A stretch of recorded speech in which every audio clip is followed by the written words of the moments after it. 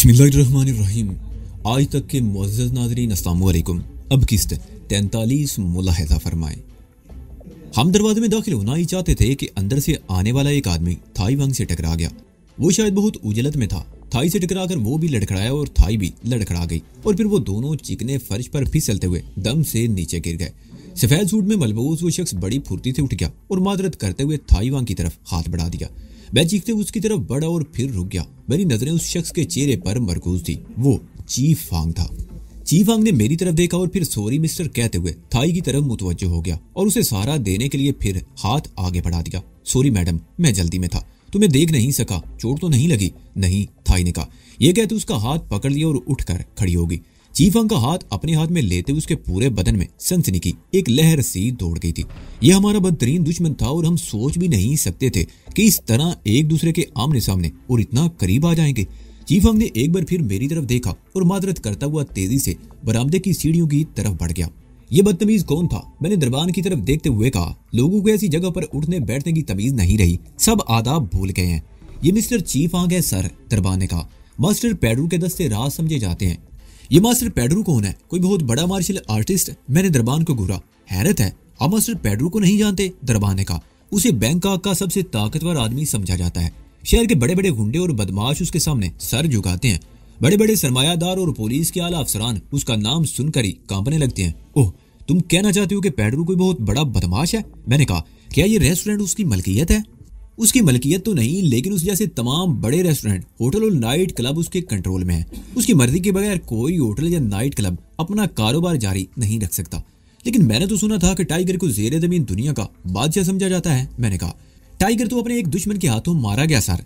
अब सारा निजाम पेड्रो ने संभाल रखा है। दरबान ने कहा। ओह, इसका मतलब है कि कोई और शख्स जो उनसे भी ज्यादा ताकतवर है। मैंने कहा। मुझे अंदाजा हो रहा था कि उस दरबान से कोई काम की बात मालूम हो सकती थी। दैले पर दैला तो जरूर होता है सर, दरबान ने कहा। पेड्रो को टाइगर की मौत का बहुत दुख है। उसने टाइगर के कातिल को पकड़ने के लिए 2 मिलियन बात का इनाम मुकर्रर कर रखा है। 2 मिलियन बात? मैंने ऊँटों पर जबान फेरते हुए कहा। अगर तुम्हें उसके बारे में कुछ इल्म हो तो मुझे बता देना, हम इनाम की रकम आपस में बांट लेंगे। अपनी ऐसी किस्मत कहाँ सर, दरबान मुस्कुरा दिया। वो तो सुना है छल्लावा है। मास्टर पेड्रो का पूरा गैंग उसकी तलाश में है, लेकिन आज तक उस पर काबू नहीं पा सके। अलबत्ता वो पुलिसराज शख्स हर चांद रोज बाद इन्हें कोई ना कोई ऐसी चोट लगा देता है जिससे इन्हें भारी नुकसान उठाना पड़ता है। अभी चांद रोज पहले उसने आश्रम तबाह कर दिया, जिससे इन्हें करोड़ों बात का नुकसान उठाना पड़ा। वो आश्रम तो स्वामी रघुनाथ का था, रूहानियत का मरकज। उससे इनका क्या ताल्लुक? मैंने पूछा। पेड्रो का एक पार्टनर है दारा, दरबान ने कहा। वो पाकिस्तानी है, सिंगापुर से भागकर आया हुआ है। आश्रम का इंतजाम उसने संभाल रखा था। दारा? हाँ, ये नाम तो सुना है। वो तो बड़ा बदमाश आदमी है। क्या वो भी यहाँ आता है? मैंने सवालिया निगाहों से उसे देखा। यहाँ सब लोग आते हैं सर, दरबान ने कहा और बाहर की तरफ देखने लगा। अचानक उसके चेहरे के तासरात बदल गए थे। मैंने मुड़कर देखा और मुझे यूं लगा जैसे बरामदे के सामने जरा आगे कोई शख्स बड़ी तेजी से दरख्त की आड़ में छुप गया हो। मैं उसके लिबास की सिर्फ एक झलक ही देख सका। उस तरफ मोटे तनों वाले कई दरख्त थे जिनके पीछे आसानी से छुपा जा सकता था। ओके मिस्टर, मैंने जेब से 2-3 नोट निकालकर दरबान की मुट्ठी में दबा दिए। हम यहाँ आते रहेंगे और तुमसे मुलाकात होती रहेगी। दरबान ने दरवाजा खोल दिया और हम अंदर दाखिल हो गए। मैं सोच रहा था कि दरख्तों में छुपने वाला वो आदमी कौन था? क्या उसे हम पर कोई शुबा हो गया था? इस रेस्टोरेंट का नाम अगर पैराडाइज रखा गया था तो गलत नहीं था। ये वाकई अयाश लोगों की जन्नत था। यहाँ अयाशी का हर सामान मौजूद था। नीमुरियां, हसीनो जवान लड़कियां, शराब, जुआ, रक्स और क्या चीज ना थी जिसकी एक अयाश आदमी ख्वाहिश कर सकता था। मैं थाई के साथ टहलता हुआ उस हाल में आ गया जहाँ स्टेज पर एक नीमुरियां रकासा अपने फन का मुजाहरा कर रही थी। नीमुरियां लिबास में नोखे हसीन वेटरस लड़कियां बेजों के गिर्द चकरा रही थी। हम दोनों भी एक मेज पर बैठ गए। थाई ने करीब से गुजरती हुई एक वेटरस को कॉफी का ऑर्डर दे दिया। मैं मुतजस्सिस नजरों से चारों तरफ देख रहा था। जानकी देवी या नवीता अब तक नजर नहीं आई थी, हालांकि वो 9 बजे यहाँ पहुंचने वाली थी और अब तो 10:15 बज रहे थे। वो यहाँ तो किसी वजह से अभी तक नहीं पहुंची थी या रेस्टोरेंट के किसी दूसरे हिस्से में थी जहाँ हम अभी तक नहीं गए थे। काफी पीते हुए मैं मुतलाशी नजरों से इधर उधर देखता रहा। थाईवान की नजरें भी उनकी तलाश में इधर उधर भटक रही थी। 11 बज गए। अब मुझे परेशानी होने लगी थी। हाल में अब किसी मेज पर कोई सीट खाली नहीं थी। कुछ देर बाद एक चीनी रकासा का खास प्रोग्राम पेश किया जाने वाला था और लोग वो रक्स देखने के लिए रेस्टोरेंट के दूसरे हिस्सों में से उठ कर इस हाल में आ रहे थे। उन दोनों में से कोई भी अभी तक नजर नहीं आई। थाईवान ने मेरी तरफ देखते हुए सरगोशी की। कोई गड़बड़ तो नहीं होगी? मुझे भी कुछ ऐसा ही शुबा हुआ है, मैंने जवाब दिया। तुम यहीं बैठो, मैं फोन करके मालूम करता हूँ कि वो घर से निकली भी हैं या किसी वजह से उनका प्रोग्राम कैंसिल हो गया है। मैं हॉल से निकलकर उस लॉबी में आ गया जहाँ पब्लिक टेलीफोन बूथ लगे हुए थे। 4 बूथ थे और चारों में इस वक्त कोई ना कोई मौजूद था। मैं एक तरफ रुककर इंतजार करने लगा और फिर मैं उस आदमी को देखकर चौंक गया जो मेरे पीछे हाल से बाहर निकला था। मैंने जैसे उसकी तरफ देखा वो तेजी से मुड़कर एक दरवाजे में गायब हो गया। मैं जल्दी से आगे बढ़ा और दरवाजे में झांक कर देखने लगा। दूसरी तरफ एक राहदारी थी लेकिन वो शख्स नजर नहीं आया। मैं वापस मुड़ गया। एक बूथ का दरवाजा खुला और एक औरत बाहर निकली। वो मुस्कुराती हुई निगाहों से मेरी तरफ देखती हुई दूसरी तरफ मुड़ गई। मैंने बूथ में दाखिल होकर दरवाजा बंद कर लिया। हुक पर टंगा हुआ रिसीवर उठाकर सलाट में सिक्के डाले और जानकी देवी के घर का नंबर मिलाने लगा। दूसरी तरफ घंटी बजती रही लेकिन कॉल रिसीव नहीं की गई। मैंने लाइन काट कर नंबर दोबारा मिलाए। नतीजा इस मर्तबा भी 0 ही निकला। रिसीवर हुक पर टांगते ही सलाट में डाले हुए सिक्के खड़खड़ाहट की हल्की सी आवाज के साथ निचले खाने से बाहर आ गए। मैंने सिक्के उठाकर जेब में डाले और बाहर आ गया। स्टेज पर चीनी रकासा का प्रोग्राम शुरू हो चुका था। वो चीन के एक लोक रक्स रवायती लिबास में थे। इस खूबसूरत सिल्की लिबास ने उसका पूरा जिस्म ढांप रखा था। हाथों और चेहरे के सिवा जिस्म का कोई सा नजर नहीं आ रहा था, लेकिन मैं जानता था कि थोड़ी देर बाद ये शरीफाना लिबास उसके जिस्म से अलग होना शुरू हो जाएगा। लोग इतने पैसे खर्च करके कपड़े के थान में लिपटी हुई किसी गुड़िया को देखने के लिए तो ऐसी जगहों पर नहीं आते थे। वो लोग घर पर नहीं हैं। मैंने अपनी सीट पर बैठते हुए थाई की तरफ देखकर सरगोशी की। अब मुझे भी किसी गड़बड़ का शुबा हो रहा है। हम सरगोशी में बातें कर रहे थे। ज्यादातर लोग स्टेज की तरफ मुतवज्जो थे। वेटर्स लड़कियां अभी मेजों के गिर्द चकरा रही थी। हमारी मेज पर काफी के खाली मग अभी तक पड़े हुए थे और फिर वो वेटर्स मग उठाने के लिए आई। उसने खाली मग ट्रे में रखे और शीशे की खूबसूरत तश्तरी मेरे सामने रख दी। उसमें बिल रखा हुआ था। 2 मग काफी का बिल इतना था कि दरमियाने दर्जे के रेस्टोरेंट में 4 आदमी बढ़िया किस्म का खाना पेट भर कर खा सकते थे। मैंने वो बिल उठाया तो उसके नीचे एक और कागज भी रखा हुआ था जिस पर थाई जबान में कोई मुख्तसर सी तहरीर थी। मैंने वेटर्स की तरफ देखा। उसने मुस्कुरा कर आंख दबा दी। मैंने बिल के साथ ही वो कागज भी उठा लिया। मैंने एक माकूल टिप बिल की रकम में शामिल करके तश्तरी में रख दी। बिल भी उसी के साथ था लेकिन वो कागज मेरी मुट्ठी में रह गया था। वेटर्स के जाने के बाद मैंने मेज के नीचे हाथ करके वो कागज थाई वांग के हाथ में थमा दिया। वो सर झुकाकर बड़बड़ाने वाले अंदाज में उस तहरीर को पढ़ने लगी। मिस्टर वजदान, अपने दोस्त रामन प्रसाद के बारे में मालूम करना चाहते हो तो रिवर साइड पर पाम के दरख्तों के झुंड में आ जाओ। थाई ने कागज मरोड़कर मुट्ठी में छुपा लिया और मेरी तरफ देखने लगी। नीचे कोई नाम नहीं लिखा था। कौन हो सकता है? वो मदम लहजे में बोली। कोई ऐसा शख्स जो हमें पहचान चुका है और मेरा नाम भी जानता है। मैंने कहा, क्या ख्याल है? थाई ने पूछा। देखना पड़ेगा, मैंने कहा। अगर कोई धोखा हुआ तो थाई के लहजे में तशवीश थी। मुझे यकीन है कि वो जो कोई भी है हमारा हमदर्द है, मैंने कहा। अगर मुखालिफ पार्टी का कोई आदमी होता तो इस तरह खुफिया तौर पर पैगाम भेजकर ना बाहर बुलाता बल्कि यहीं पर गोलियों से भून दिया जाता। वो जो कोई भी है सामने इसलिए नहीं आया कि खुद भी नजरों में ना आ जाए। वो जानता है कि चीफ आंग भी यहाँ मौजूद है। हो सकता है किम या दारा भी मौजूद हो। वो जो कोई भी है अपने आप को दूसरों की निगाहों से पोशीदा रखकर हमें प्रसाद के बारे में कुछ बताना चाहता है। तुम यही बैठो, मैं देख कर आता हूँ। मैं भी तुम्हारे साथ चलूंगी। थाई वांग ने मुझसे पहले ही सीट छोड़ दी। मेरे मुंह से बेख्तियार गहरा सांस निकल गया। जाहिर है मैं उसे रोक नहीं सकता था। हम दोनों उस हाल से निकलकर रायदारी में होते हुए लॉबी में आ गए। दरवाजे से निकलते हुए मैं चौंके बगैर ना रह सका। दरबान वो नहीं था जिससे अंदर दाखिल होते वक्त मैंने कुछ गपशप की थी। वसी और इस बरामदे से निकलकर मैं इधर उधर देखने लगा और फिर एक रवश पर मुड़ गया। थाई भी मेरे साथ थी और मोहताज नजरों से इधर उधर देख रही थी। हम घूमकर दरिया की तरफ आ गए। यहाँ की दुनिया ही निराली थी। एक तरफ दरिया के किनारे पर जेटी बनी हुई थी जहाँ दरिया की सैर करने के लिए मखसूस साख्त की कश्तियां मौजूद थी। जेटी का इलाका तेज रोशनी में नहाया हुआ था जबकि उससे आगे का माहौल नीम तारीख था और दूर तक मेजें और कुर्सियां बिछी हुई थी और गालिबन कोई भी मेज खाली नहीं थी। मैंने इधर उधर देखते हुए थाई को इशारा किया और बाईं तरफ मुड़ गया। तकरीबन 50 गज आगे दरिया के किनारे से जरा हटकर पाम के दरख्तों का झुंड था। उस तरफ तारीकी थी। मैं मुड़कर उस तरफ चलने लगा। थाई मेरे साथ थी। उसने अपने पर्स से पिस्तौल निकाल लिया। मैं दरख्तों के नीचे रुककर इधर उधर देखने लगा। सूरत बड़ी अजीब थी। एक लम्हे को मेरे दिल में यह ख्याल भी आया कि हमारे साथ धोखा तो नहीं किया जा रहा। ऐसा तो नहीं कि हमें पहचान लिया गया और हाल में लोगों की मौजूदगी में कुछ करने की बजाय धोखे से यहाँ बुला लिया गया था। या तो इस तरीके में हमें गोलियों से भून दिया जाएगा या हिरासत में लेने की कोशिश की जाएगी। मैं भी ये सब कुछ सोच ही रहा था कि एक तरफ से सरगोशियाना आवाज उभरी। मिस्टर वजदान, दाईं तरफ आ जाओ, मैं यहाँ मौजूद हूँ। तुम आगे आ जाओ, मैं यहीं खड़ी हूँ ताकि कोई गड़बड़ हो तो। थाई वांग ने जुमला अधूरा छोड़ दिया और एक दरख्त की आड़ में खड़ी हो गई। मैं उसका मतलब समझ गया और उस तरफ चलने लगा जहां से आवाज सुनाई दी थी और फिर वो आदमी मेरे सामने आ गया। डरो नहीं मिस्टर वजदान, मैं तुम्हारा दोस्त हूँ, उसने सरगोशी में कहा। मैंने तुम्हें उसी वक्त पहचान लिया था जब तुम हाल में दाखिल हुए थे। कौन हो तुम? मुझे कैसे पहचाना? और प्रसाद के बारे में क्या बताना चाहते हो? मैंने भी सरगोशियाना लहजे में पूछा। मैं प्रसाद का दोस्त पातम हूँ, उसने मुझे तुम्हारे बारे में सब कुछ बता रखा है। मैंने तुम्हें 1-2 मरतबा उसके साथ देखा भी था, इसलिए हुलिया बदला होने के बावजूद मैंने तुम्हें पहचान लिया। वो कैसे? मेरे लहजे में तजस्सुस था। तुम्हारे दाएं कान की लो पर पीछे की तरफ स्याह रंग का एक तिल है, पातम ने जवाब दिया। तुम जब हाल में आकर बैठे तो मैं साथ वाली मेज पर मौजूद था। मुझे तुम पर और तुम्हारी साथी पर शुबा हुआ था और फिर इत्तफाक से तुम्हारे कान का तिल मेरी नजरों में आ गया। जब तुम हाल से उठकर बाहर गए तो मैं भी तुम्हारे पीछे ही था। तुम टेलीफोन बूथ के सामने खड़े थे। मैं तुमसे बात करना चाहता था, लेकिन पेड्रो का एक आदमी उस तरफ आ गया और मुझे वहां से हटना पड़ा। मैं तुम्हें खबरदार करना चाहता था कि चीफ आंग यहाँ मौजूद है और उसे तुम पर शुबा हो गया है। या तो शायद तुम्हारे खिलाफ कुछ ना किया जाए, लेकिन जैसे ही बाहर निकलोगे तुम्हें गिरने की कोशिश की जाएगी। या कोई कार्रवाई करके वो आश्रम वाले वाक़े को दोहराना नहीं चाहते। प्रसाद कहाँ है? मैंने पूछा। और किस साल में है? हमें इस तरह इत्मीनान से बातें करते देखकर थाई वांग भी वहां आ गई। प्रसाद दारा के कब्जे में है, पातम ने कहा। वो उसके जरिए तुम्हें महाराज की पनाहगाह से बाहर निकालना चाहता है।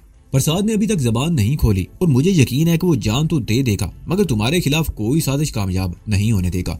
अगर तुम उसे बचाना चाहते हो तो तुम्हें थोड़ी बहुत कुर्बानी देनी होगी। मैं उसके लिए सब कुछ करने को तैयार हूँ। मुझे बताओ क्या करना होगा? मैंने कहा। शुरानी वाहिद हस्ती है जो ये जानती है कि प्रसाद को कहाँ रखा गया है, पातम ने कहा। शुरानी कौन है वो? मैंने पूछा। वो हिंदू औरत है, बहुत हसीन, मिनटों में किसी भी मर्द को अपने तलवे चाटने पर मजबूर कर सकती है, पातम ने कहा। बहुत लालची औरत है, सिर्फ दौलतमंद मर्दों ही पर हाथ डालती है और ये मर्द भी उसे अपने साथ रखने पर फख्र महसूस करते हैं, लेकिन 10-15 दिन से ज्यादा किसी को अपने करीब नहीं फटकने देती।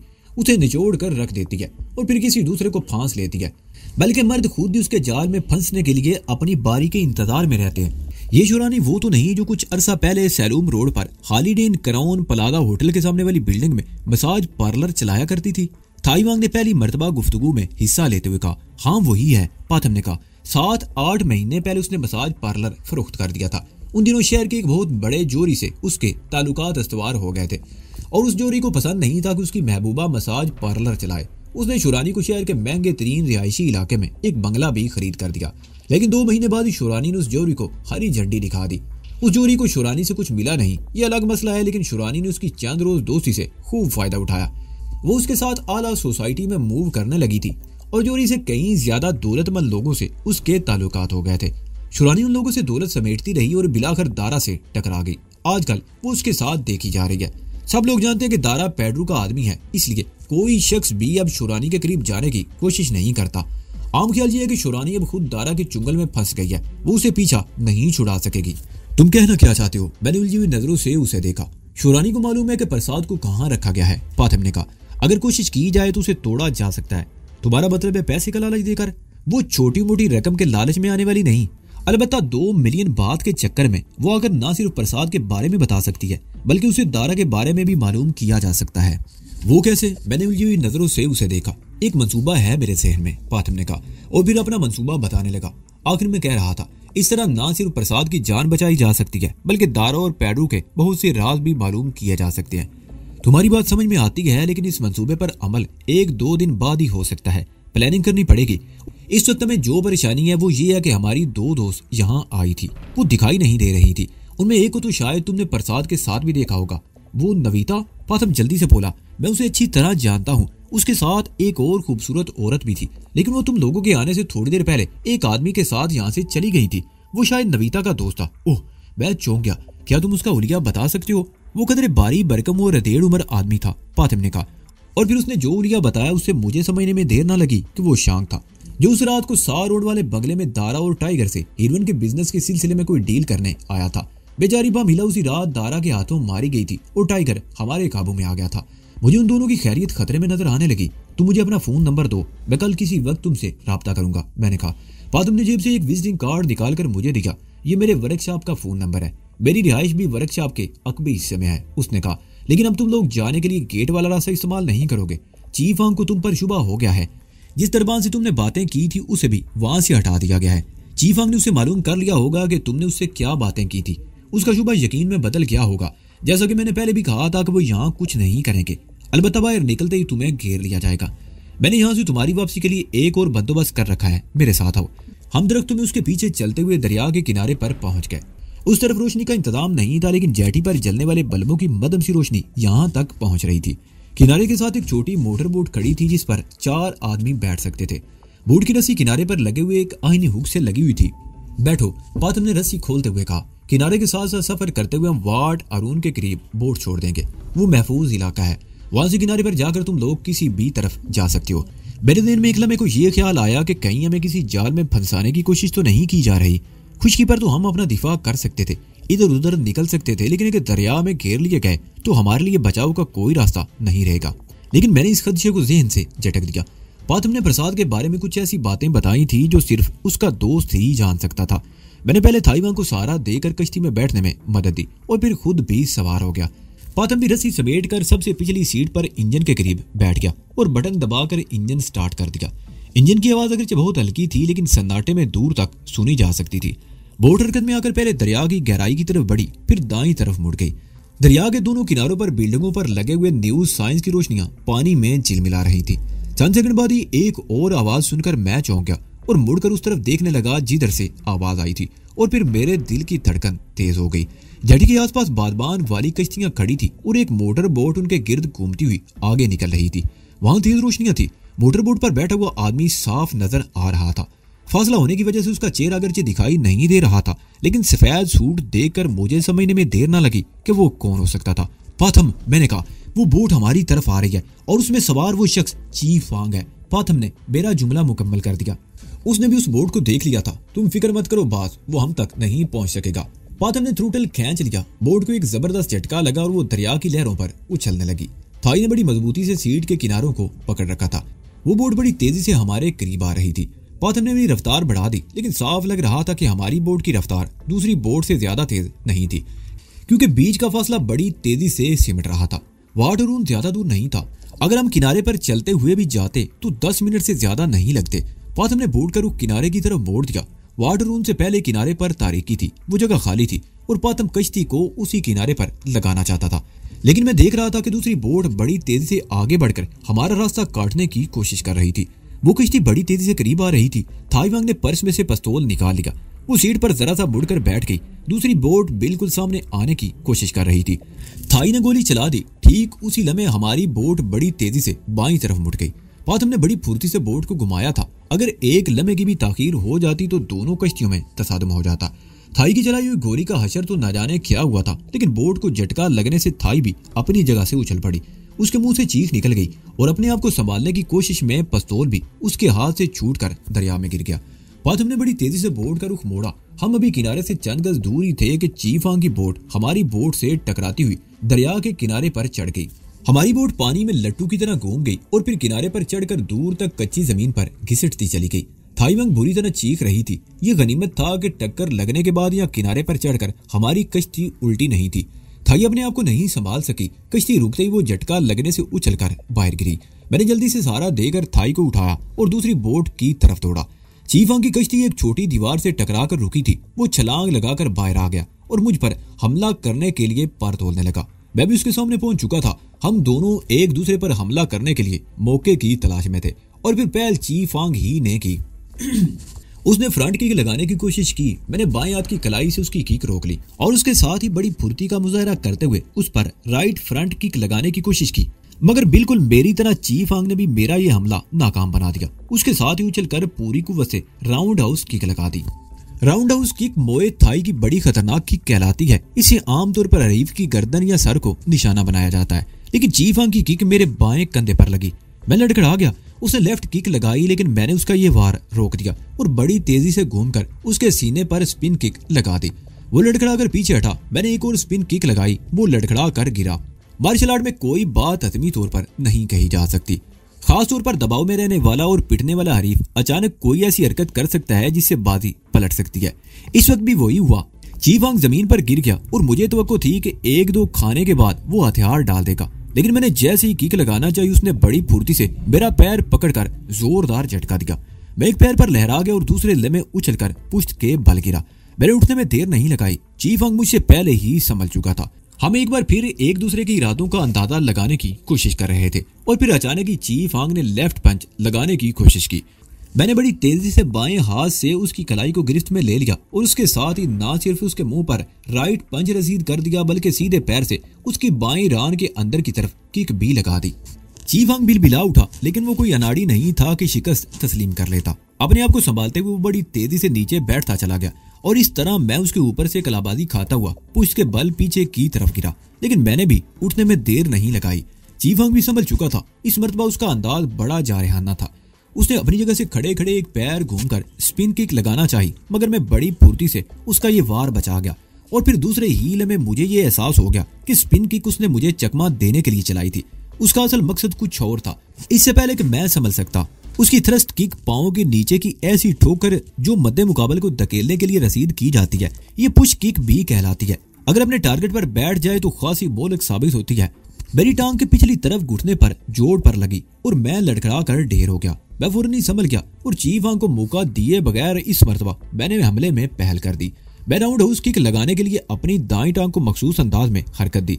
एक अच्छा मार्शल आर्टिस्ट वही होता है जो हरीफ के जिस्म के मुख्तलिफ अज़ा की हरकत से ये अंदाजा लगा ले कि वो कौन सा वार करना चाहता है।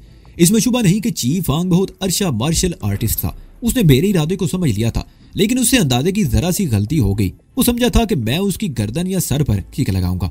उसने अपना बचाव सर बचाने की कोशिश में लगा दिया। मैंने किक उसके कूल्हे पर लगा दी। वो लड़खड़ा गया और उसे समझने का मौका दिए बगैर मेरी दूसरी किक उसके बाएं कंधे और कोहनी के दरमियान बाजू पर पड़ी। वो बिलबिला गया और मेरी तीसरी किक उसकी गर्दन पर पड़ी। वो कलाबाजी खाता हुआ नीचे गिरा। इसमें शुबा नहीं कि वो एक अच्छा मार्शल आर्टिस्ट था और उसने अब तक बड़ी महारत से मेरा मुकाबला किया था, लेकिन इस मर्तबा वो खुली बदमाशी पर उतर आया। उसने लिबास में छुपा हुआ खंजर निकाल लिया। मेरे होंठों पर खफीफ सी मुस्कुराहट आ गई। ये उसकी शिकस्त खुर्दगी का सबूत था। शायद वो समझ गया था कि मार्शल आर्ट से वो मुझे जेर नहीं कर सकता, इसलिए उसने खंजर निकाल लिया था। लेकिन उससे पहले कि वो खंजर से हमला करता, मैंने बाईं टांग को झुकाई देकर दाएं पैर से उसकी कोहनी पर ठोक कर रसीद कर दी। खंजर उसके हाथ से निकलकर दूर जा गया। उसके साथ ही उसके मुंह से हल्की सी चीख भी निकल गई और फिर मैंने उसे संभलने का मौका नहीं दिया। पंच और किक से उस पर ताबड़तोड़ हमले करता रहा और फिर थाई वांग की चीख सुनकर मैं चौंक गया। वजदान, होशियार!